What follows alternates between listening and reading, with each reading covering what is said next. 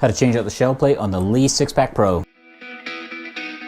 Okay, so first off, make sure you don't have a die in position number 4. Okay, then lower this all the way, bring it up, and then this will allow you to remove that indexing rod. Remove this case ejector plastic thing. Use a flathead screwdriver, makes your life easier. Okay, once you got the case ejector removed, make sure you lower this to the bottom quarter of the stroke. This little guy will stick up through, which is nice because that's going to help you hold it in place.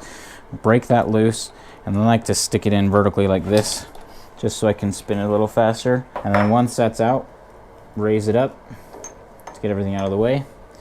Remove your old shell plate. Go grab your new shell plate. Just stick it in really anywhere, and then we're going to go down to the bottom quarter again. It doesn't matter, this is kind of pushing on it.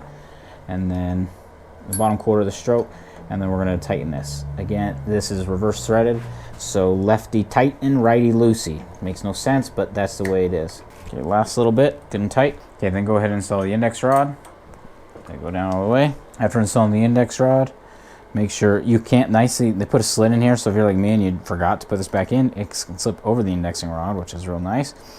You don't have to retake that out, and then push this down into place. It fights you a little bit, but not too bad.